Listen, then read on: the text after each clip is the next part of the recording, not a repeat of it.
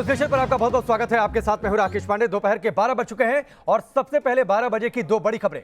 पंजाब में बीएसपी अकाली गठबंधन तय हो गया है, इसका बाकायदा अब ऐलान कर दिया गया है प्रेस कॉन्फ्रेंस के जरिए।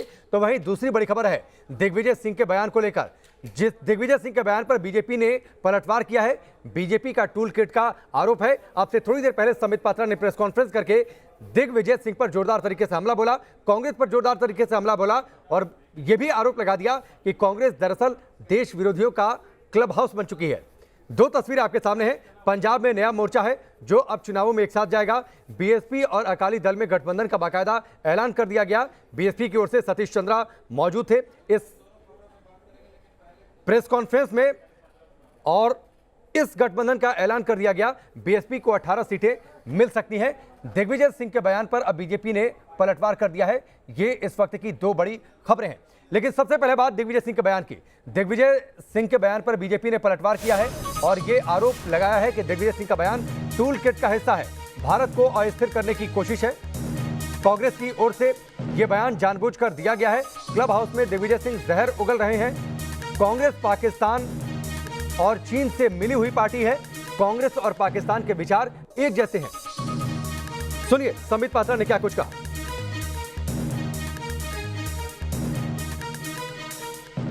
बंधुगण, आज सुबह से ही टीवी चैनलों पे एक महत्वपूर्ण विषय चल रहा है, क्लब हाउस। जिस क्लब हाउस में दिग्विजय सिंह, जो कांग्रेस पार्टी के दिग्गज नेता है, वो किस प्रकार से बाहर भारत के खिलाफ जहर उगल रहे हैं और किस प्रकार पाकिस्तान के साथ हां में हां मिला रहे हैं, वो हम सब ने आज टीवी चैनलों के माध्यम से सुबह से देखा हुआ है। कोई नई बात नहीं है। ये वही दिग्विजय सिंह है जिन्होंने पुलवामा हमले को एक दुर्घटना मात्र बता दिया था, आतंकवादी घटना बताने से भी वो कतरा रहे थे। ये वही दिग्विजय सिंह है जिन्होंने कहा था 26/11 तो आरएसएस की साजिश है और किस प्रकार से उस समय पाकिस्तान को क्लीन चिट देने का प्रयास किया था। तो दिग्विजय सिंह जी का यह कहना कोई नई बात नहीं है कि बंधुगण, मगर एक सीरियसनेस के साथ हम ये कहना चाहते हैं कि ये कोई वन रैंडम स्टेटमेंट, ये किसी एक कांग्रेस के व्यक्ति का पर्सनल विचार हो, निजी विचार हो या व्यक्तिगत विचार हो, ऐसा नहीं है। कुछ दिनों पहले हमने एक टूल किट के विषय में भी जिक्र किया था। ये सारा जो आप देख रहे हैं, ये सारा उस टूल किट का हिस्सा है। संबित पात्रा को आपने सुना। दरअसल इस पूरे बवाल की शुरुआत हुई थी जब आज सुबह सुबह बीजेपी के नेता अमित मालवीय ने एक क्लब हाउस चैट का ऑडियो ट्वीट किया था। उस ऑडियो में दिग्विजय सिंह ने पाकिस्तान के एक पत्रकार के सवाल का जवाब दे रहे थे और उसमें उन्होंने ये कहा था कि अगर कांग्रेस सत्ता में आती है तो 370 जो कि हटाया गया उस पर पुनर्विचार किया जाएगा। सुनिए। Democracy was not there in Kashmir when they revoked Article 370. Then Insaniyat was not there because they put everyone behind bars. And Kashmiriyat is something which is basically the fundamentals of secularism. Because in a Muslim majority state, there was a Hindu Raja, and both worked together. In fact, the reservation in Kashmir was given to the Kashmiri Pandits in government services. So therefore, the decision of revoking Article 370 and reducing the statehood of J&K is extremely, I would say, sad decision, and the Congress party would certainly have to have a relook on this issue.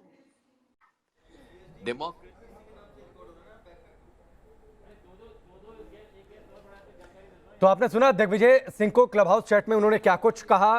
370 हटाया गया, ये दुखद है। कांग्रेस अगर सत्ता में आती है तो इस फैसले पर पुनर्विचार होगा। कविंद्र गुप्ता जी हमारे साथ जुड़ चुके हैं, जो कि जम्मू कश्मीर के पूर्व डिप्टी सीएम भी रह चुके हैं। आपका बहुत बहुत स्वागत है कविंद्र जी न्यूज नेशन पर। दिग्विजय सिंह का यह बयान कि 370 हटाया जाना दुखद है और कांग्रेस पुनर्विचार करेगी अगर वो पावर में आती है, तो आपकी प्रतिक्रिया?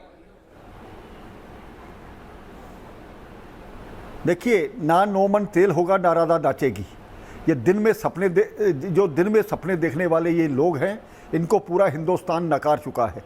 इनकी गलती के कारण से कश्मीर में मिलिटेंसी फैली, इनकी गलती के कारण से कश्मीर में अलगाववाद फैला, इनके गलतियों के कारण से बेरोजगारी और पूरे भारत से कश्मीर को अलग कर दिया गया।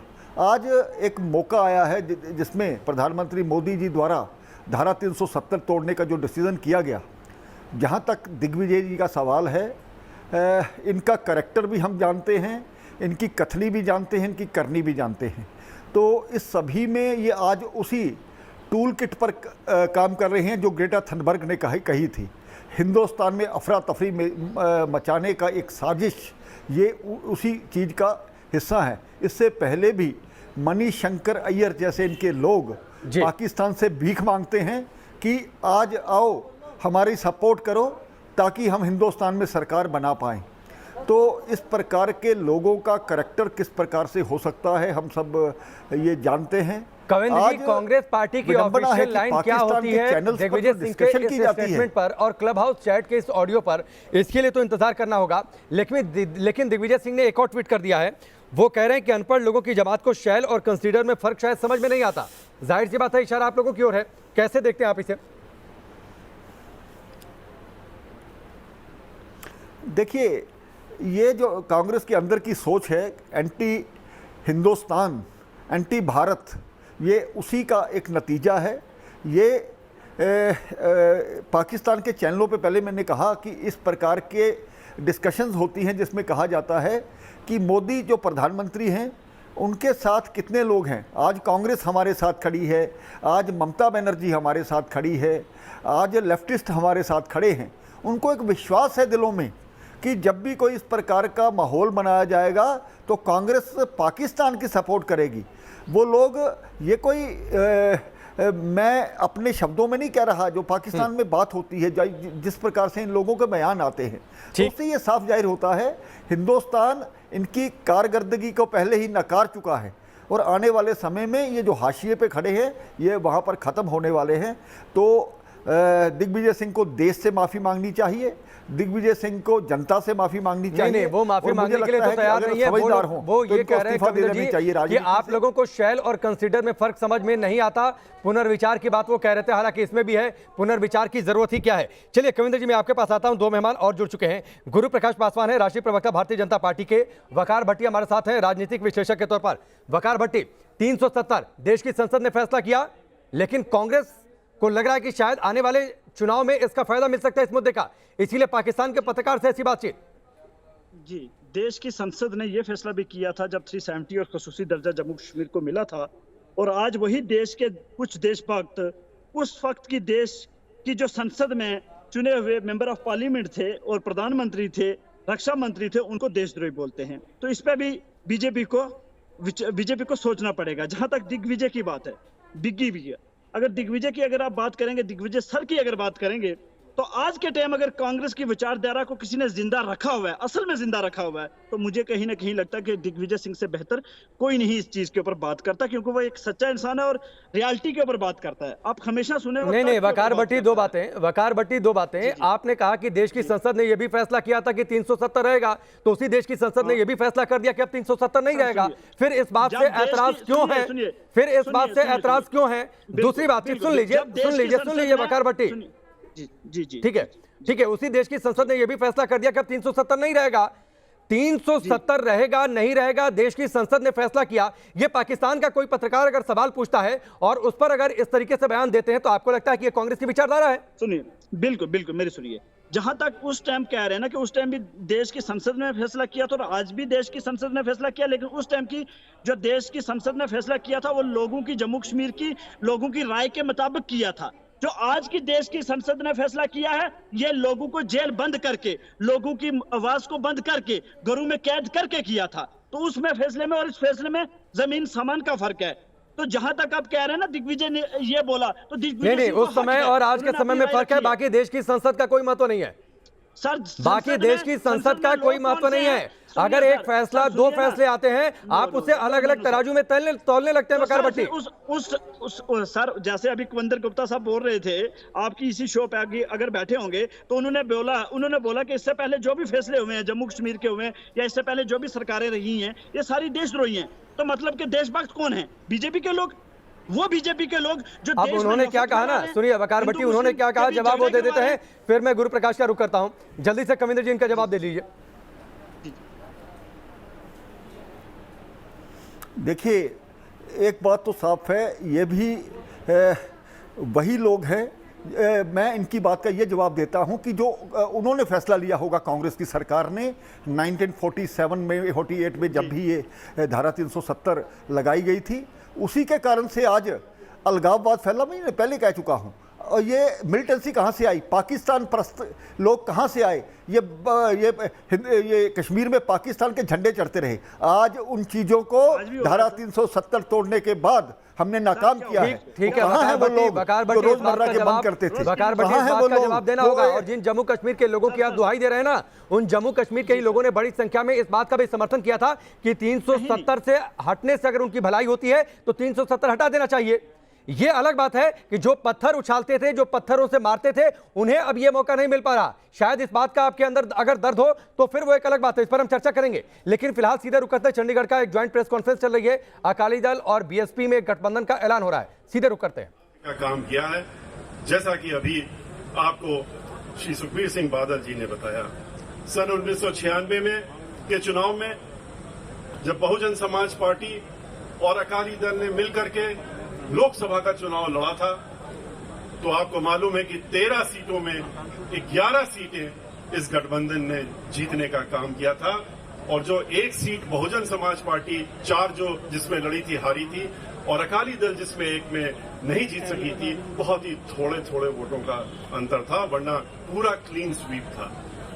और अब की बार हमें पूरा विश्वास है कि जिस तरह की यहां पर सरकार चल रही है, उसको उखाड़ फेंकने का जुनून जो है लोगों के अंदर, उसके तहत में अब की बार की जो गठबंधन की सरकार होगी, जो गठबंधन चुनाव में लड़ेगा, वो अब की बार पूरा एक तरफ से क्लीन स्वीप करके और सरकार पूर्ण बहुमत से नहीं बल्कि बहुत अधिक सीटों के साथ बढ़ करके यहां पर सरकार बनाने का ये गठबंधन कार्य करेगा। बड़े सोनिहाल।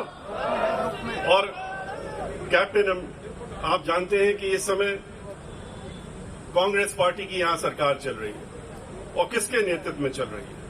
कैप्टन अमरिंदर सिंह के नेतृत्व में चल रही है, जो सरकार किसानों और दलितों का खुलेआम उन दोनों पर अत्याचार कर रही है।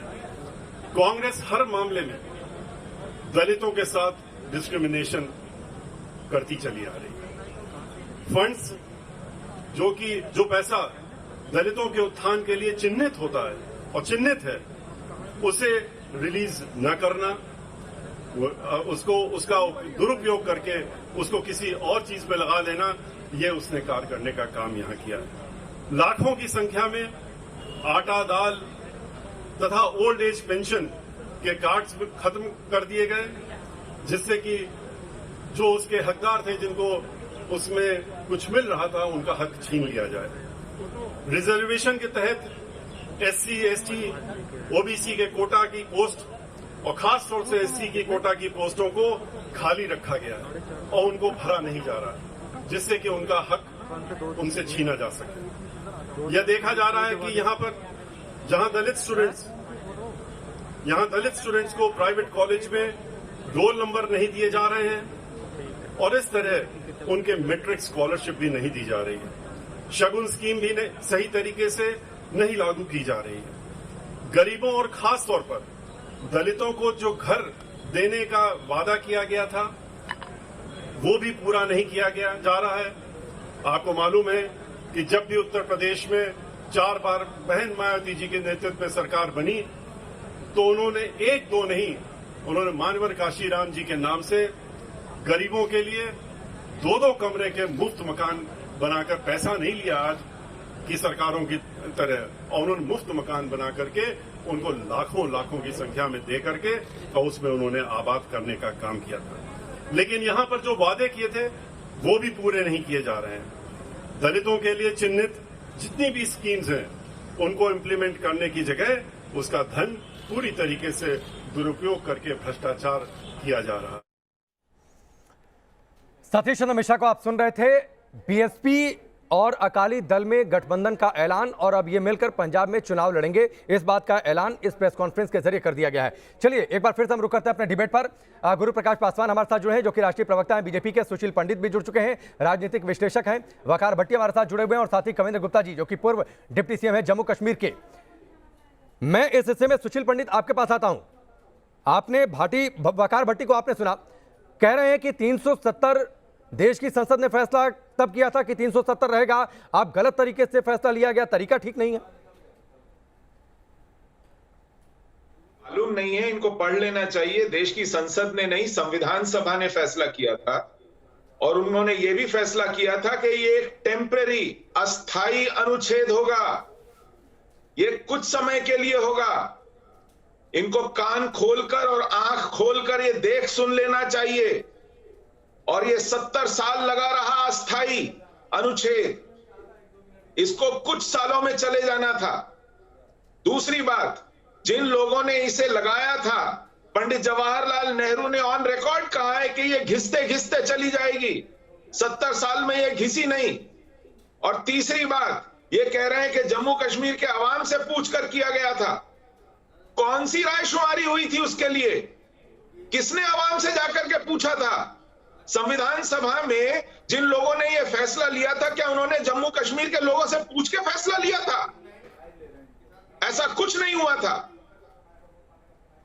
यह संविधान सभा ने फैसला लिया, इसको अस्थाई बताया और उसी पंडित जवाहरलाल नेहरू ने कहा कि यह घिसते घिसते चली जाएगी। ठीक। लेकिन क्योंकि वोट के लालची राजनीतिज्ञों ने इसका दुरुपयोग किया, इसके कारण अलगाव फैलाया और फिर आगे चलकर इसने जिहाद की शक्ल ली, तो इसको फौरी तौर पर हटाने की आवश्यकता महसूस हुई। ठीक है वकार भट्टी, जो चीज स्थायी थी ही नहीं, जो चीज परमानेंट थी ही नहीं, जिसको लागू करते समय ये था कि ये टेम्पररी रहेगी, उस चीज के जाने का इतना दुख। शायद जम्मू कश्मीर में कुछ लोग ऐसे हैं जिनकी रोटियां इसी के बल पर सेकी जाती हैं, इसीलिए उन्हें दिक्कत है।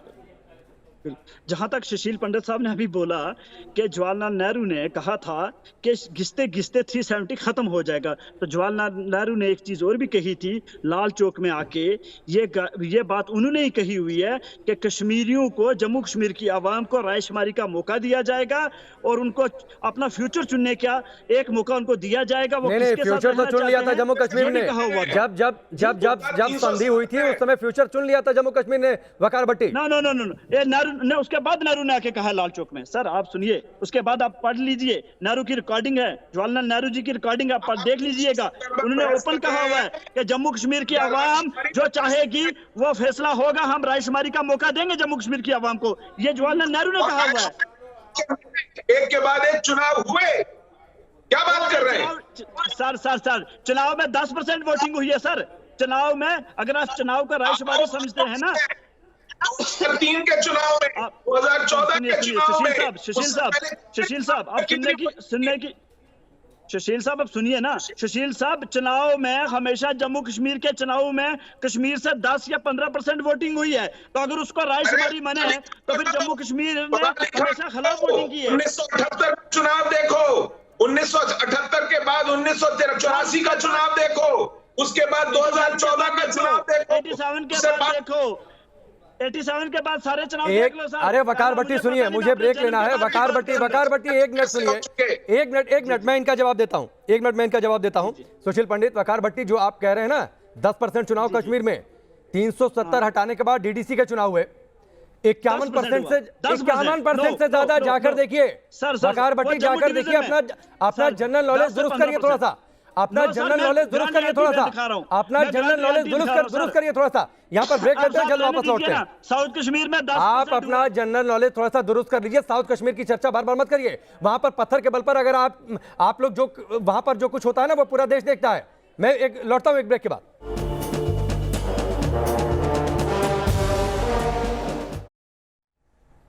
ब्रेक के बाद चलिए आगे बढ़ते हैं। सारे मेहमान इस वक्त हमारे साथ जुड़े हुए हैं। गुरु प्रकाश पासवान जी, थोड़ा सा देर से मैं आपके पास आप आया हूं, बीच में और भी खबरें आ गई, लेकिन दिग्विजय सिंह का ये बयान है, आपको क्या लगता है आखिरकार दिग्विजय सिंह बड़े नेता हैं, अनुभवी नेता हैं, ऐसा बयान उन्होंने क्यों दिया होगा? नहीं, देखिए राकेश जी, हमें सबसे पहले तो ये समझने की आवश्यकता है कि ऐसा कोई पहली बार नहीं हुआ है। कांग्रेस पार्टी के जितने भी आला नेता हैं, उनके जो पाकिस्तान का प्रेम है, ये बड़ा ही कौतूहल का विषय रहा है। इससे पहले यूपीए के समय विदेश मंत्री रहे मणिशंकर अय्यर, वो पाकिस्तान जाते हैं तो हिंदू पाकिस्तान कहते हैं पाकिस्तान का समर्थन चाहिए। सलमान खुर्शीद जाते हैं, तो तमाम तरह के लोग जाते रहे। कांग्रेस के वरिष्ठ नेता रहे हैं बी हरि प्रसाद, उन्होंने तो यहां तक कह दिया था कि पुलवामा की जो दुर्घटना हुई है उसमें भी साजिश है। तो कांग्रेस पार्टी का और पाकिस्तान का चोली दामन का साथ है। भारत के लोगों ने कांग्रेस पार्टी की नीति को, उनके नेताओं को रिजेक्ट किया है, हाशिए पे ले आए हैं। मुझे लगता है कांग्रेस पार्टी के नेताओं को ये आइडिया कंसिडर करना चाहिए कि वो पाकिस्तान में जाके राजनीति करें। भारत में तो उनका कोई होने वाला है नहीं। इसीलिए यहाँ पे लगातार 370 के मामले में मैं सुन रहा था अभी सुशील पंडित जी को भी। देखिए 370 के पहले क्या था, महिलाओं के साथ डिस्क्रिमिनेशन, दलितों के साथ अन्याय और अत्याचार। तो क्या कांग्रेस पार्टी के लोग वापस से वही व्यवस्था को स्थापित करके अपना एंटी दलित और एंटी महिला चेहरा सामने रखना चाहते हैं? नहीं, वकार भट्टी कह रहे हैं, वकार भट्टी की भी बातें आपने सुनी होंगी, वो कह रहे हैं लोगों से रायशुमारी नहीं। अरे लोगों ने, गुरु प्रकाश जी, क्या लोगों ने डीडीसी इलेक्शन में रायशुमारी नहीं दी? टोटल वोटिंग परसेंटेज जो है 51.2% के आसपास था, और अलग अलग रीजन में, कश्मीर की भी बातचीत करूं, वहां भी 50 के आसपास था। ये बातें तो लोगों ने उस चुनाव के जरिए दिखा दी कि वो इस फैसले के साथ है। देखिए निश्चित रूप से, और बार बार आप साउथ कश्मीर का नाम नहीं लेते पड़े, हैं। इनके लिए पूरा जम्मू कश्मीर जो है सिर्फ इनका कस्बा, इनका गांव, इनका मोहल्ला है। कोई साउथ कश्मीर का कोई छोटा सा डिस्ट्रिक्ट, कहते हैं वहां जब तक पोलिंग नहीं होगी रायशुमारी, अब इलेक्शन नहीं माना जाएगा। नहीं तो सुशील पंडित, वहां पोलिंग कैसे होगी? वहां पर लोग पत्थर लेकर खड़े हो जाते हैं सुरक्षा बलों के सामने। सुनिए सर, ये पता कि आप जो बातें कर रहे हैं ना, मुझे नहीं लगता कि आप तर्क के साथ कर रहे हो। मैं यहाँ जमीन पे हूँ, सुशील पंडित को 30 साल से तर्क इन्हीं के पास है। नहीं, सुशील पंडित को तो भगा दिया गया वहां से। सुशील पंडित जैसे कश्मीरी पंडितों को वहां से भगा दिया गया, तो वो तो मजबूरी है। 30 साल वो मजबूरी है, वकार भट्टी, वो मजबूरी है कि वो लोग बाहर रह रहे हैं। 370 के बाद मारे जा रहे हैं, नहीं जा सकते। हमारा रायशुमारी में कोई हक नहीं है, हमारा किसी वोट में कोई हक नहीं है। हमारे नाम काट दिए गए हैं वहां के इलेक्टोरल रोल से, हमारी जमीन, हमारे घर, हमारे मंदिर छीन लिए गए हैं हमसे। राजनीति करेंगे सुशील पंडित? कब तक कश्मीरी पंडितों के नाम पर सुशील पंडित जी राजनीति नहीं है, ये सच्चाई है। और कर रहे हैं, सच्चाई है सर, आपके माथे पर कलंक है, छूटने वाला है। संस्था चलती है सर, आप कश्मीरी पंडितों के नाम पे अरबपति बन गए सर दिल्ली में बैठ के। सर आप झूठ मत बोलिए ना सर। नहीं, ठीक है वकार भट्टी जो कश्मीर के घाटी के अलगाववादी नेता है ना, उन्होंने भी अपनी सियासत के दम पर कितनी प्रॉपर्टी जमा कर ली, और उनके बच्चे कहाँ जाकर पढ़ते हैं वो भी हिसाब किताब कर लीजिएगा, वो भी हिसाब किताब कर लीजिएगा वकार भट्टी, जिनकी पैरवी आप बैठकर कर रहे हैं राजनीतिक विश्लेषक के तौर पर।